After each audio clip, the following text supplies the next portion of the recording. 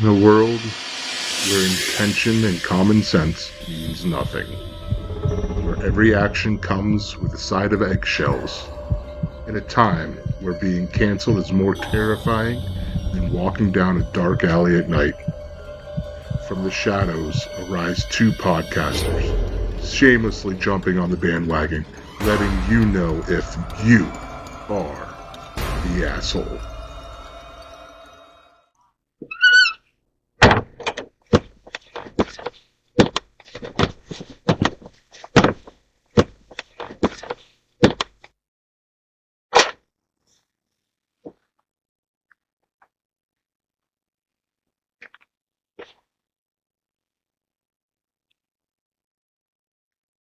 Welcome to the Conclave.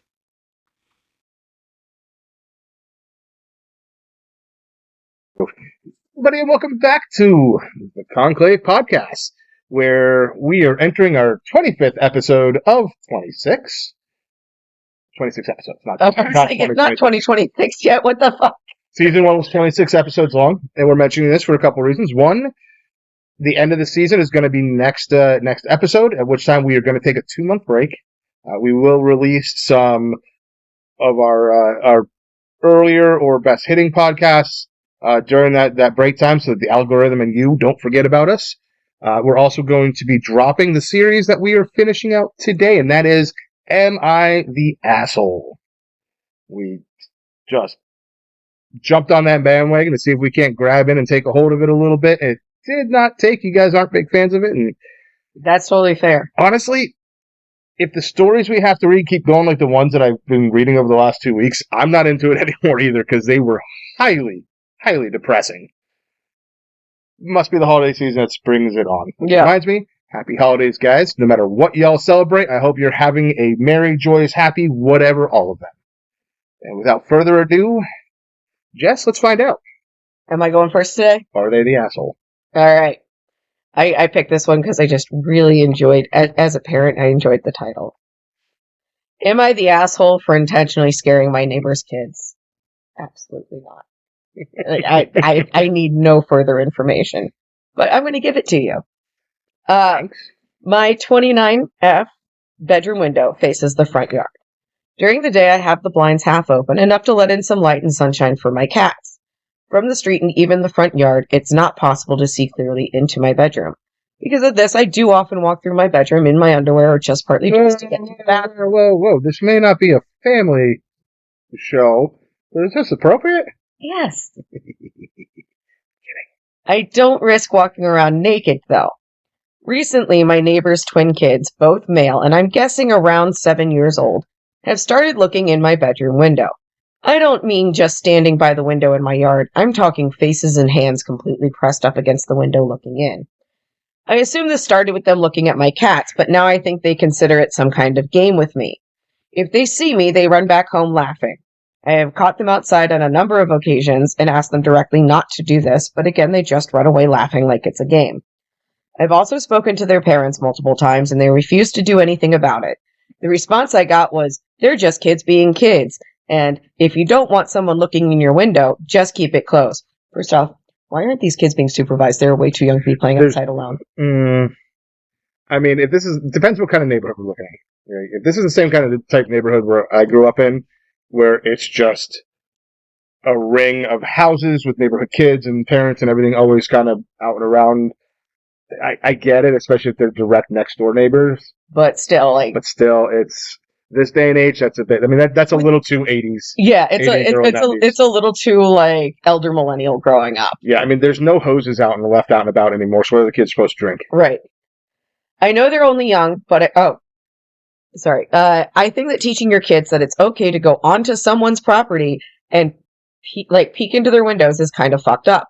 I know they're only young, but I still feel like my privacy is being invaded. It is. This has been going on almost daily for months now until last week. I walked in my bedroom and heard the kids outside playing, then spotted the terrifying demon-like mask that my boyfriend wore to a Halloween party the night before, so I got an idea. I stood next to my window wearing the mask for almost 20 minutes. Finally, I heard the footsteps approaching and waited until both kids had their noses pressed up against the window. At that moment, I jumped out, mask right at their eye level, and let out the deepest and loudest roar I possibly could. In all the years living next to these neighbors, I've never heard them scream as loudly as they did when they saw me. Good, you little shits. They ran home screaming and crying, and just minutes later, their mother was at my door calling me a monster for scaring her children. I simply told her that I do not what I want in my house, and if her kids don't want to see that, they should stay away from my window. It's been a week now, and I'm glad to say the kids have not even stepped foot on my front lawn. Not sure if it's because they're traumatized or the parents have just told them not to do it anymore. Either way, I'm happy. I felt justified at the time, but everyone I've told has said that I took it too far for such young children. So I don't know. Am I the asshole? Absolutely the fuck not. No, but I do think you need better friends. Yeah, like, first off, that was like such a low stakes consequence for those kids. Yeah. I would also start posting no trespassing signs. I mean, they're 7, they can't read anyway. Yes, but if you send a certified cease and desist letter to their parents, that I think no trespassing signs. That I think is going too far. She's tried to address it nicely. I agree. And on the magical side, on the back of those no trespassing signs, you can put wards. You can write sigils and symbols to ward unwanted intruders from your property. You can hotfoot your property line. So that's what I was actually my first thought was put a whole bunch of hot foot powder underneath your windowsill, and then when the kids inevitably play barefoot, they're gonna get the hint. But then in my head, I'm like, wait, you're okay with that, but no trespassing signs are too far. Yeah. My priorities are a little jacked up, people. So I think like a simple no trespassing sign so that if something does happen where the kids get hurt on your property, you're liable for that. So if you have a certified letter sent to the parents that you can be like, I have had this delivered. They have been told to cease coming on my property, and I have no trespassing signs posted. Legally, you're covered. Yeah. You know, I'm especially with such young kids being left unsupervised, I would worry they just step on a nail or something.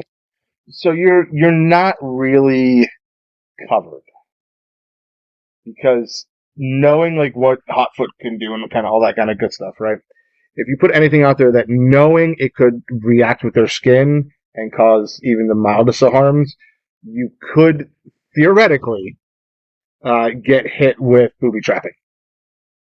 Well, which is illegal everywhere. Let's be honest, the Hotfoot's going to only react until the next rain. And then it's going to still be your border, but it's going to be soaked into the ground and not a topical. No, I know, but I'm just saying, like, we're having to worry about now we're legally covered because if the physical harm comes up because of, that really goes so far, depending on what they can and can't prove. For anybody to prove something in court, especially the witchcraft type stuff, well, first they'd have to admit witchcraft works. Also, cayenne is a regular treatment. Like a cayenne spray is a regular treatment on plants to dissuade animals from urinating on them, and it does help against some insects. So even if they were to react, you could just be like, I had an insect infestation I was trying to treat. Oh, they have an infestation already. Yeah, they got an infestation. So like, I think hotfoot powder, I think if you have no trespassing signs up, putting sigils on the back of them to improve intruders. Yeah. But you could also do that if you have a fence. You could put them the fence post, along the fence post, anything like that. Get a fence. And it's an expensive take. Yeah. But sometimes the adage of good fences make good neighbors. This is true. But it's her front yard. I doubt anybody's putting a privacy fence in their front yard. Yeah, probably not. Yeah. Especially when all the windows and everything are covered enough and set far enough back where people in the front yard where they still maintain some privacy. Yeah. So now, for all of you who are wondering and thinking to yourself, like, what's the sigil going to do on the back of a sign? It's not like it can reach your hand out and stop the person. Well, no, but what it's going to do is it's going to create a feeling of unease. It's going to make the unwanted feel unwanted. And when people tend to get that vibe from the area they're in, they want to get the fuck out. Well, and these kids have already been scared away. So I broke that one. So we already have Now they have a demon face. Yeah, like we already have. They're now wary about this person. Yes. And about this property and about this behavior. So if we add a sigil on top of it to encourage that unease and that wariness, it's going to dissuade them from continuing that behavior. Agreed. No, I think that's a good way to go about it.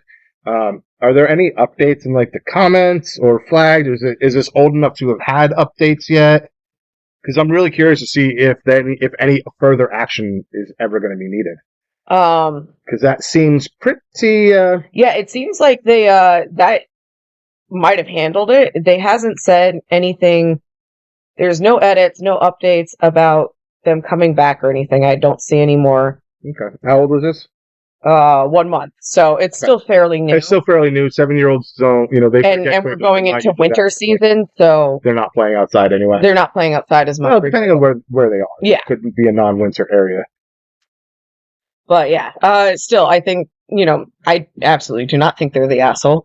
I would also probably plant something underneath that window that has thorns. Yeah. Rosebush or just like some hawthorn or something spiky. And that's another way to go about it, because there's a lot of plants and a lot of bushes and trees and shrubbery out there that are protected, that are magically inclined. Roses and hawthorn bushes. Roses and hawthorn being two real good ones. Yeah, so I would plant something like that. Yeah. The blackthorn. Yeah, blackthorn. Anything that has spikiness to it. Good ones to go about. Yep. Plant some thistle underneath there. Or hell, burdock or anything that has like some little pricklies or sticklies to it. Even just some of your basic shrubberies that you can get from like Home Depot, like just the basic like box shrubs and stuff. Them bitches still hurt when you get into them. So I would plant something under that window to make it harder for them to access it. Yeah, if they have to be up near the window to be able to peek through the window, then limit their access, but do so in the magical manner. Yeah. Use those plants, but at the same time also as you're planting it, talk to the plants, explain to them what's been going on, what their job is. You need them. Give them a task and a job. Use the earth and the living things around us to help us out with day-to-day life. Yeah. I mean, that's kind of the whole point on, being believers in animism, where everything has a spirit and everything has, to a degree, a sentience. Use that. Yeah. That's their home, too. They don't want to be trampled by a couple little shits who are just going to get worse as they get older. And it's like, they're 7 now. They're twin boys. That's just teaching them they can do whatever they want with other people's property. Well, and, think about it. I mean, it's 7. They're looking at that cat, but, in 5 years, what cat are they looking at? Yeah. Now you've created a bunch of creepy, perverted peeping toms. Yeah. And you know what? At 13, 14, 15, it stops being real cute and starts being much more of a crime. Oh, so more of a crime. I would, as a parent, want to nip this in the bud. Yeah. Well before it became, I'm getting a call from the police station because my boys are being creepy. Oh, yeah. And at which case, I would have no qualms calling the cops on that, like, first time around. Yeah. Absolutely not. Like, you're gone. Yeah. And like you said, they tried to tell the boys to knock it off. They told the parents to knock it off. They didn't want to do anything. At that point, what steps you take, I think, is on the parents at that point. Because they had the opportunity to stop this behavior. Yep. Now, also, if you want to go a little bit further, there are spells you can do to, like, for justice and fairness, and to give sovereignty and leadership to the parents, and things that you could bolster them with to try to, have them pick that battle. Parenting skills kind of increase a little bit, because right now they're not looking too good. And I'm sure with twin boys, there's a lot of, I'm going to pick my battles, and then you stop picking any. There's a lot of that. There's a lot of boys will be boys. Mm-hmm. However, at that age, you have so much chance the ability as a child to know better. Yeah. And you have so, like that 6 to 8 year old age range, they still want to be like so helpful and do the right, like they are very open to being directed. Yes. So you have no better chance than at like 7 years old to correct behavior that is unacceptable. Yeah, and have it never come back. So let that be a lesson also to you parents out there, especially if it's your first go around and they're all still real young. Trust us, we're just getting out of that phase. Yeah. We have 8 and 10. I miss that phase. Mara still has a little bit of it. Our 8-year-old has a little bit of it. Our 10-year-old... She's going into the puberty section. But, yeah, she's going into the puberty section, so we're dealing with that now. That's 5th grade. Super fun. Yeah, 5th grade is kind of the pits. But, yeah, so that's what I do. I would do some protective work. I would do some hot footing. I would do some sigil work. I would do some planting, something out of my window that's going to shy them away from me. So... Fantastic. Well, your turn. My turn, and we've done it again where we pick 2 non-assholes. So that means out of the 10, because I don't see anybody seeing this lady as the asshole that I'm about to read. Out of the 10, 8 were not. So those who are watching, you're going to see me like staring at the screen for a little bit. That's because mine's on the laptop. I couldn't get it to print out. I mean, I probably could have, but we were tired of messing with technology that's ultimately smarter than I. So the title of this one is, Am I the Asshole for Not Wanting to Hold My Sister-in-Law's Daughter, or Baby? Now, I'll also say a little bit of a warning before this. English is definitely not OP's original language. And it's shown through with how this is written. So if I have to stumble and reword it a little bit, I apologize. It's mostly okay, but it is a bit funky in spots. So, I, 23 female, met my husband at his little brother's wedding. Our moms were friends, and we were 2 introverts with no interest in relationships at the wedding. In relationship at the wedding. I participated in every activity that they did. I tried to stand out for my future husband, 25 male, to notice me, and we clicked. My brother-in-law, 20 male, got married because he got his girlfriend pregnant, 18 female. I'm going to call her S. Now, I'm gonna stop this and prep this. There's going to be a little bit of a trigger warning.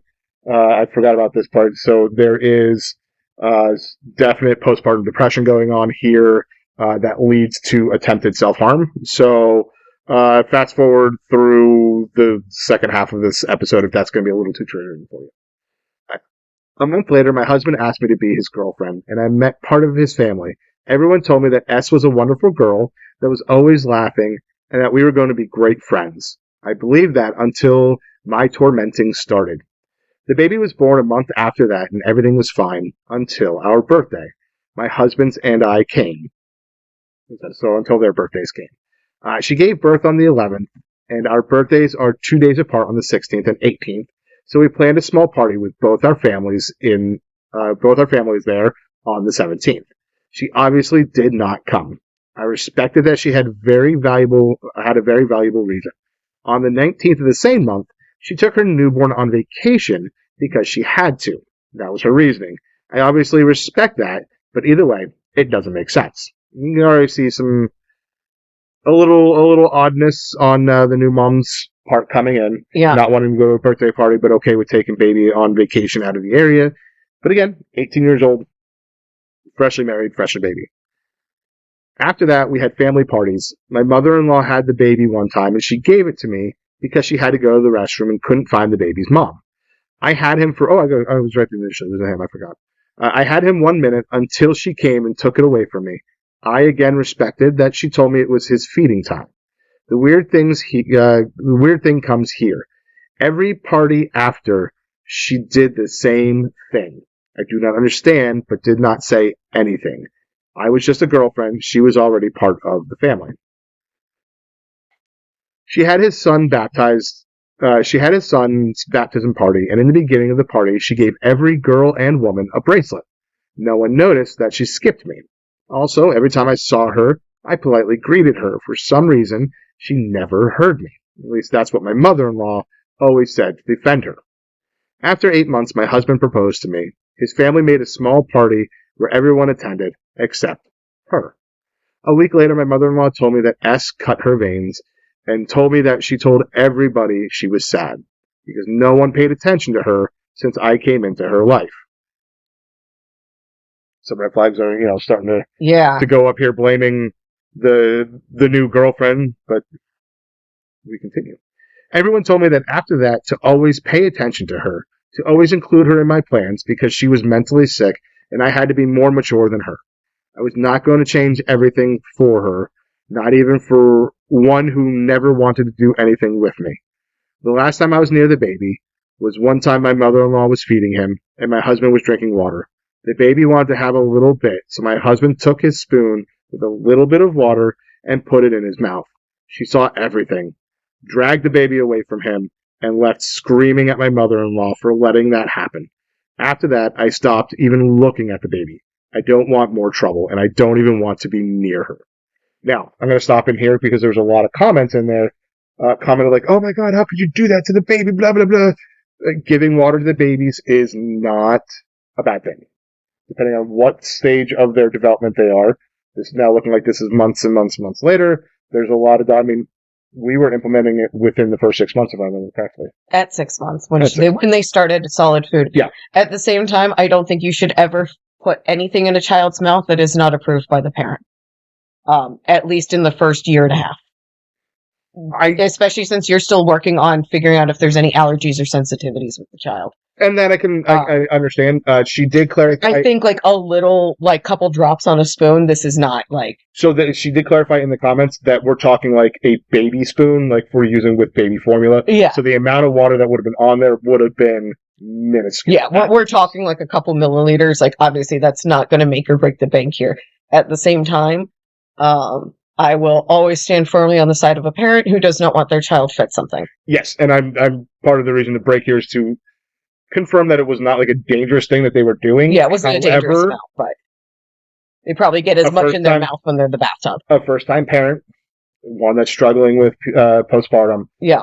I'm agreeing with the mom's reaction at this point. Yeah, I think it was a little overreaction, but probably, again, she's mentally ill right now. She is struggling. Yes, and even if she's not, a lot of first-time parents have massive overreactions. And they have massive control issues because they are terrified that they're going to kill their baby. Exactly. So everything else in this story, I think she's in the wrong, but this one I actually kind of agree with her on it. But I at least understand it. Yeah, it's important to note that this was not an act that actually... that rationally did not put the baby in danger. Right. Right. Okay. And I also now understand, like, OP doesn't want to be around this baby anymore because this is the reaction shows gets. I don't blame her. Yeah. So last week, she deleted her Facebook friends, deleted me from her Facebook friends and stopped following me on Instagram. I noticed because I was criticizing her with one of my friends. My mother-in-law, 3 days after, was very mad at me because S told her that I deleted her. And I stopped following her. I told her the truth. She did not believe me because apparently when S told her that she was crying about what I did to her. My mother-in-law is still trying for me to carry that baby, to let her know that I care about him, even though we don't talk to each other. Every time she has the baby, she tries to give it to me. I refuse, and she gets mad. She tells me that it is not the baby's fault, and I know that, but I still don't want to carry him. Why would I carry a baby that every time I carry him, I get in trouble? Should I be mature like everyone else says and treat her with kindness because she is sick? I think she's already treating her with kindness. Agreed. And I think she's trying to respect the boundary that the mother is very clearly laying down, that she does not want anything to do with her or the baby. Yeah. Yeah. And I agree with, and I agree with, not holding and not wanting to hold the baby, that's an understandable thing. Especially every time she does, she ends up getting screamed at over crazy shit. Which caused trauma for the baby.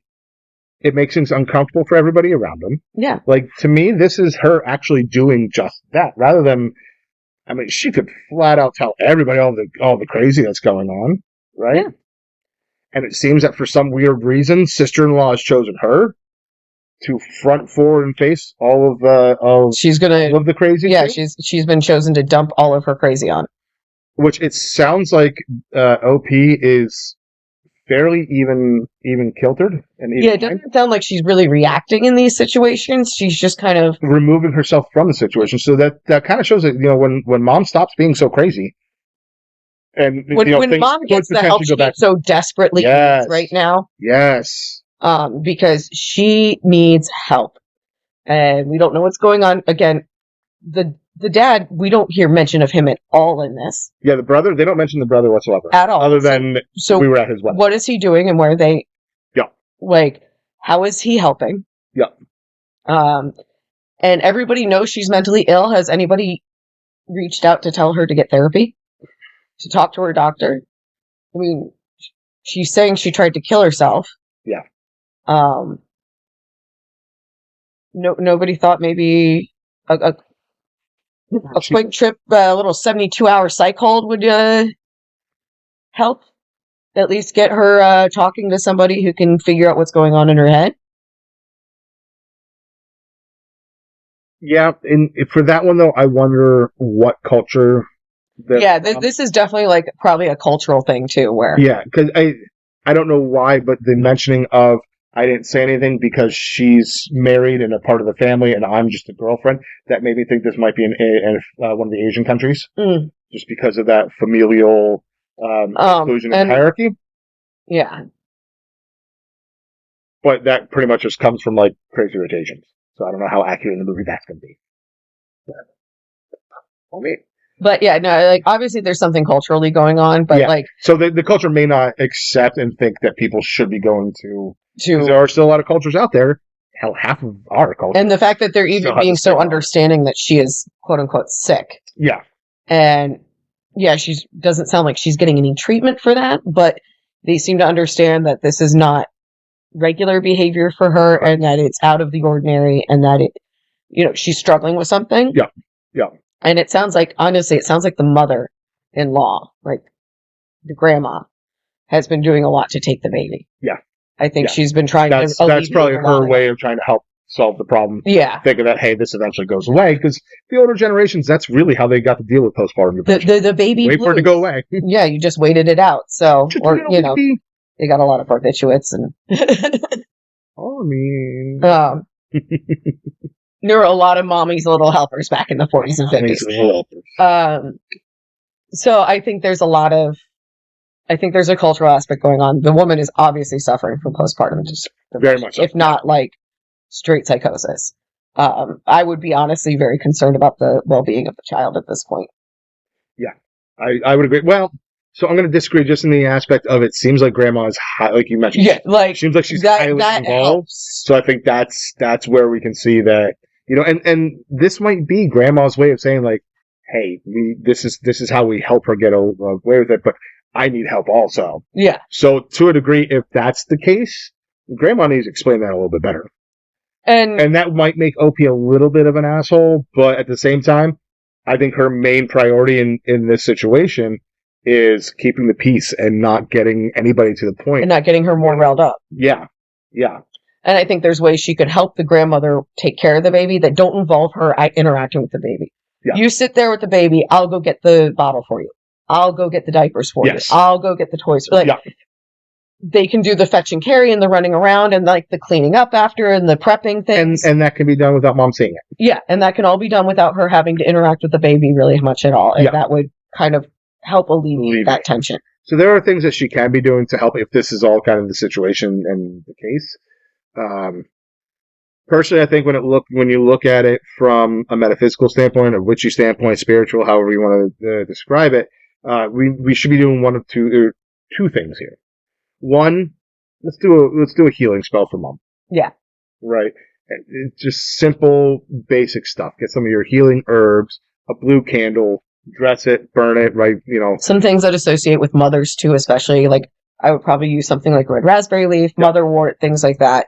That are very good for healing postpartum. Yeah. Rainbow moonstone, if you want to put some crystals into it to connect with the higher feminine. If you want to add some gods in there or petition in there, depending on what culture you are from, Apollo would be a good way to go about it. Good gods, I just forgot the one I was gonna. We have Hermes, we have Dane Keck. There's Air. The Irish standpoint, Air. Trying to pick some of the other Artemis, even. Artemis. Who would be out of the Norse? Like, is there? Air. Is that Air? Oh, duh. We did say that. She's a handmaiden of Frigg. The Egyptians. Who am I thinking of here? I don't know. I don't know anything about Egyptians, really. There and there is one. It's one of the more known ones also. That is good for healing. So there's a lot of gods that you can petition to and leave offerings to when pulling in with that. Now that would help take care of mom's mental health and kind of help some her things going on there. Yeah. Heck, even Hermes help bring some of that, bring the healing to her, kind of a deal. On the other side to that, and this is something very simple, very basic, a honey jar. Yep. Sweet, right? Yep, sweet jar. Get a picture of mom and yourself, especially if you can get like in the same photo. Write your names connected on a piece of paper, roll it up, pop it into a jar. It can go as simple as pouring honey over that and being done, or even just simple syrup, which is equal parts sugar and water. Heat it up until the sugar dissolves, and then you can cool it down, and it's good to go. So like one cup type deal. Anything to really make it sweet. Corn syrup. Hell, you don't have time for even that. Throw a couple spoonfuls of sugar on top of the damn thing, right? And there's other things that you can add to it. Usually, like flowers and things like that will aid in that. You know, things like even something like chamomile would be good. Mm-hmm. Some rose petals, something like that. Anything to kind of sweeten somebody in your favor. Yeah, and that's essentially what we're looking to do. We're trying to create that person having sweet and good feelings about you. Personally, I think it's good to have, a thinner liquid or all dry, just so that way as you go by the jar every now and then, kind of shake it up, because all you're going to do is you're going to spread that sweetness around and you're going to mash the names and the pictures of you guys together more, right? You do the same thing with a sour jar, but that's just to agitate all the shit inside of it. This is to kind of help recoat and keep the sugariness on everything. So I think that's the way I would go with something on that. Do some healing work. And notice, that one's a little bit more of the in-depth, right, rather than the honey jar. And the main reason for that is, that's going to be more important, because when that heals, the chances of you not needing a honey jar is going to be a lot greater. Because what we learned in the very beginning of the story was that S was a really sweet, awesome person that everybody expected OP to get along with. Yeah. Right? So when we heal, we go back to our, the better side of ourselves get to come out. Right. So if we do kind of the combination of these two things, I think she gets to a good place faster. I'd also do some protection on the baby, just because if you have a parent with postpartum or some form of psychosis, it can be rough for the baby. Yeah. Which is just, I don't know, that also seems like kind of our answer. Like, oh, we need some protections, we need some more. Because you always need protection. You always do. You always do. That's why. This is the dead horse I will continue to beat. Yeah. Why do you always suggest protection? Because you should have fucking protections. Yeah. And I believe that and preach that in the physical world also. Yeah. You should always know your surroundings. You should always know what's going on. And when you can't and you don't, that's where you need protecting the most. Yep. In all worlds, all aspects. All right. Well, so that brings us to the end of Am I the Asshole? A resounding double no. If you guys would like to bring up different thought processes on this and start a little bit of a debate, comment below on your favorite podcasting platform, or hit us up on Facebook or Instagram at The.Conclave.Podcast, or that same thing with at gmail.com to send us an email. In the meantime, please smash that follow button, like, subscribe, share, tell your friends, tell the world, scream it for the mountaintop, all the good stuff. That works really, really great for us, and we do highly appreciate that. Also, as this is going to be the last episode to air before Christmas, this is the shopping time of year. Everybody's out there. Remember to shop small. Shop local. Big box stores, they don't need your money. The family businesses could use it a little bit more. It's been a rough year for everybody. But again, Bezos doesn't need another car. Right. But you going to a small mom and pop shop, maybe paying $1 or $2 extra could mean the difference between them putting presents under their tree, food on their table, and maintaining a roof over their head. Not that we're at anywhere near that point, but if you can remember the menagerie while you're doing that local shopping, we would greatly appreciate that also. For those of you in the Western PA or Eastern Ohio areas, we are right outside of Pittsburgh in Bellevue, or you can find us at themenageriepgh.com. Or at the Menagerie PGH on Facebook and Instagram. You can find us at a lot of places. Yeah. Multiple platforms. We're always here for you. And on that note, guys, you have yourselves a wonderful holiday season, and we will see you in 2 weeks with Season 1 finale. Until next time.